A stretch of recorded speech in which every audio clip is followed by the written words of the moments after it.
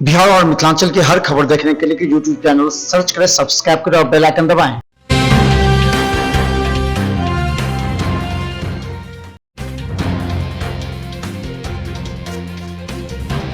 शहर में भारी वाहनों के प्रवेश पर रोक। थानाध्यक्ष यातायात थाना नाका नंबर 6 के डीएसपी प्रभारी नीलमणि रंजन ने बताया कि दरभंगा के तमाम थानाध्यक्षों को यह निर्देश दिया गया है कि छठ पूजा की समाप्ति तक सभी चौक चौराहों एवं छठ घाट तक जाने वाली मार्गों तथा भीड़ भाड़ वाले चौक चौराहों पर यातायात पुलिस की प्रतिनियुक्ति की जाएगी। सुबह 6 से रात 12 बजे तक सघन एवं भीड़ भाड़ वाले क्षेत्रों में आवागमन को सुचारू रूप से संचालन कराना सुनिश्चित करेंगे तथा स्वयं भी भ्रमणशील रहकर इसकी मॉनिटरिंग की जाएगी। इसके साथ ही भंडार चौक, विद्यापति चौक, दोनार चौक तक पाबंदी रहेगी। दोनार से स्टेशन तक 4 व्हीलर को जाने की अनुमति मिली है। इसके साथ ही यातायात की इन सारे विशेष निर्देश को लागू करने के दिशा निर्देश दिए गए।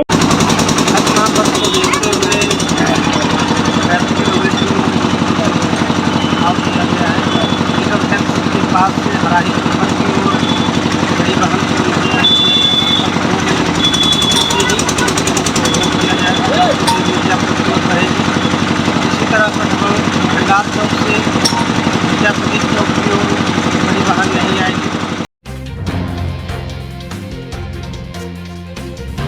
छठ पूजा को लेकर के बाजारों में दिखने लगी है चहल पहल। दीपावली व गोवर्धन पूजा के बाद 4 दिवसीय छठ पूजा की तैयारियां शुरू हो गई हैं। दुकानों पर खरीदारों की भीड़ जुटने से बाजारों में रौनक दिखने लगी है। लहरियासराय के शहर से लेकर के गांव तक घाटों व पोखरों की साफ सफाई होने लगी है। व्यापारी विभिन्न प्रकार के फलों को मंगा रहे हैं। शहर के प्रमुख चौक चौराहों पर साफ सफाई के कार्य किए जा रहे हैं। शहर के सभी छोटी बड़ी साड़ियों की दुकान पर महिलाओं की भीड़ बढ़ गई है। पर्व में साड़ी का अलग महत्व है। छठी मैया को अर्पण करने के साथ पूजा करने वाली महिलाएं नई साड़ी में पूजा करती हैं। भक्त छठी मैया की पूजा नए वस्त्र में करते हैं। साथ ही इस समय चूड़ी, बिंदी सहित महिलाओं के साज सज्जा से संबंधित दुकानों पर भी लोगों की भीड़ देखी जा सकती है। फल मंडी से लेकर के सब्जी मंडी हर तरफ भीड़ की कुमार दिख रही है।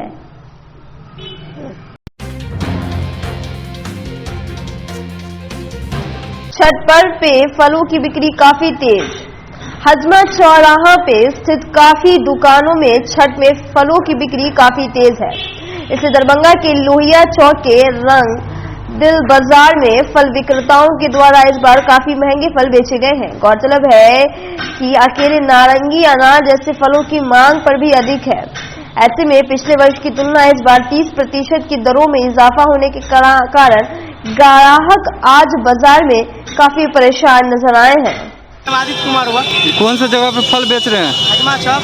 सेब कैसे बेच रहे हैं? सेब 100 का 1.25 किलो, 100, 120 रुपए की माल है। अनार केला में 160 से 180। अंगूर कैसे बेच रहे हैं? अंगूर बेच रहे 60 का पाव। केला 50, 40। अनानास है 100 का जोड़ा। ठीक है। नाशपाती 120, अंगूर 120, संतरा 100 का 1.25 केजी। उम्मीद लग रहा है सर बाजार थोड़ा ढीला है, देखिए भगवान जो करे।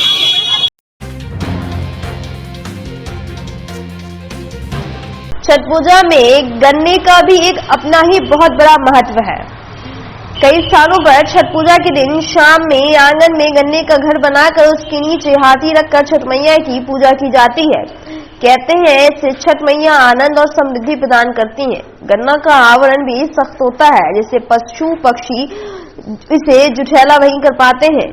इसकी पवित्रता की वजह से भी छठ मैया को गन्ना प्रिय है। छठ में ईख से बने गुड़ का भी प्रसाद इसलिए बनाया जाता है और जिस वजह से दरभंगा स्थित मशरफ बाजार में गन्ने को लेकर के काफी भीड़ दिखी गई है। लोग गन्ने की खरीद में उमड़ पड़े हैं और गन्ने की कीमत भी दिन पर दिन छठ को लेकर के काफी बढ़ी हुई दिखाई दे रही है। नारियल की भांति छठ मैया को केला अति प्रिय है। बिहार और पूर्वांचल में केले की खूब खेती होती है, इसलिए उसकी उपलब्धता भी आसानी से हो जाती है। केला भगवान विष्णु का प्रिय फल है। केले के पौधे में विष्णु का वास माना जाता है। यह भी पवित्र फल है। इसे कच्चा ही तोड़कर लोग घर में पका लेते हैं ताकि पशु पक्षी इसे जूठा न कर पाए। इसकी पवित्रता की वजह से छठ मैया को केला प्रिय है। लोग मनोकामना पूर्ति के लिए छठ मैया को केले के गौद भेंट करने का भी प्राण लेते हैं।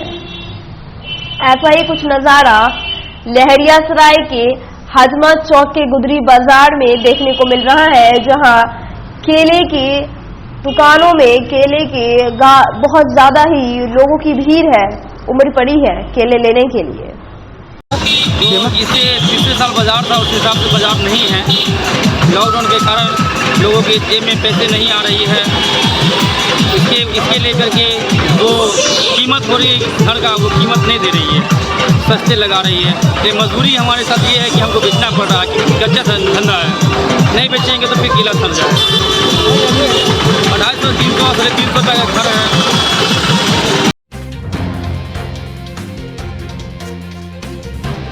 मिट्टी से बनी सामग्री की बाजार में रही काफी अधिक मांग। छठ महापर्व को लेकर बाजार में मिट्टी से बनी सामग्री की मांग भी काफी बढ़ गई है। खासकर दीप, मिट्टी के बने विभिन्न प्रकार के बर्तन, मिट्टी के बने हाथी व अन्य सामग्री की खूब बिक्री हो रही है। छठ पर्व पर यह बिक्री काफी अधिक हो जाती है। हालांकि पिछले वर्ष के मुकाबले इस साल मिट्टी के बर्तन की कीमत कुछ अधिक है, लेकिन यह पर्व ही ऐसा है कि इसमें मिट्टी के बर्तन की जरूरत पड़ती ही है। छठ पर्व को लेकर चूड़ी व लहठी की दुकानों पर भी महिलाओं की भीड़ बढ़ने लगी है, लेकिन मिट्टी के बर्तन की काफी अधिक मांग है। पूजा में इस्तेमाल होने वाले मिट्टी के चूल्हा की मांग बढ़ गई है। हर कोई अपने हिसाब से इसकी खरीदारी करने में जुटा है। हालांकि ये सभी चीजें काफी महंगी मिल रही हैं, फिर भी श्रद्धालु पूजा के लिए सामग्री खरीद रहे हैं। इस पर्व में मिट्टी के चूल्हे के दाम 100 रुपए से 200 रुपए तक बेचे जा रहे हैं। फिर भी इसे खरीदने के लिए मार्केट में लोगों की काफी भीड़ देखने को मिल रही है। मिट्टी के बर्तन पवित्र होते हैं और यही कारण है कि छठ पर्व में इसका इस्तेमाल किया जाता है।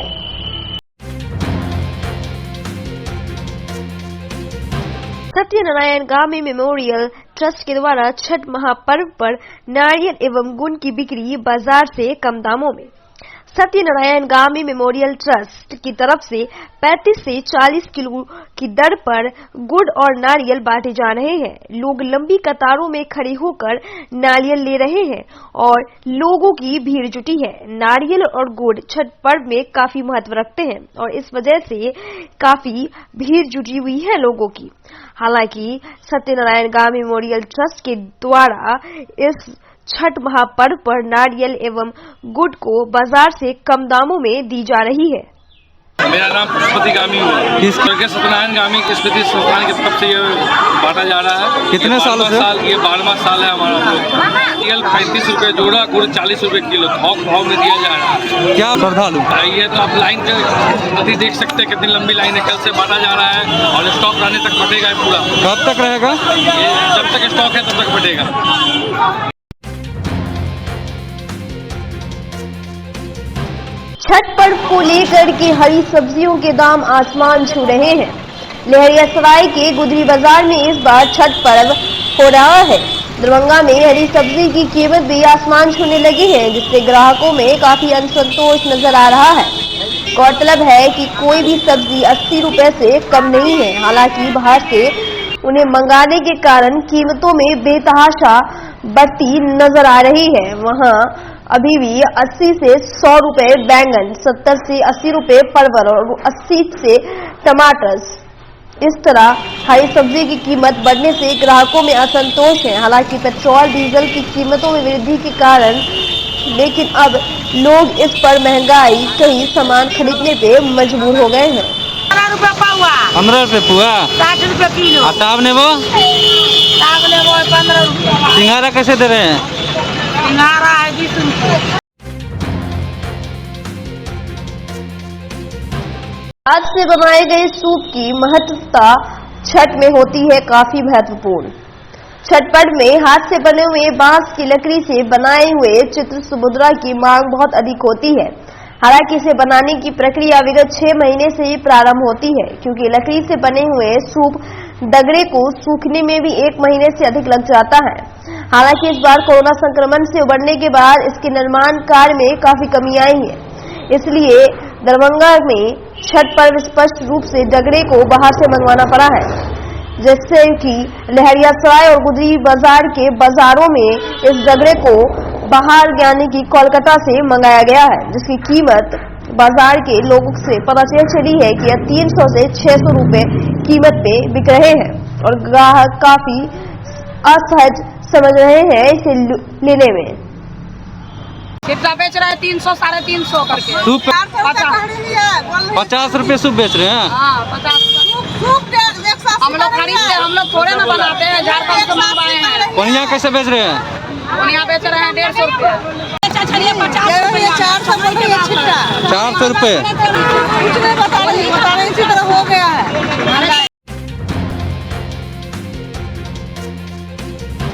छठ घाटों की सफाई करना एक महत्वपूर्ण मुद्दा। वार्ड 47 में छठ घाट की सफाई करना एक महत्वपूर्ण मुद्दा हो गया है और चुनौती यह है कि इस बार बाहर से आए हुए लोग जो साल में एक बार छठ मनाने आते हैं, उनको तब निराशा हाथ लगती है जब जहां छठ पर्व होता है वहां घाटों की साफ सफाई नहीं हो पाती है। इन लोगों ने कई बार साफ सफाई नहीं होने की शिकायत दी है। जनप्रतिनिधियों पर आरोप लगाए गए हैं कि उनका दायित्व बनता है कि साल में एक बार होने वाले इस महान पर्व छठ में घाटों की सफाई करें।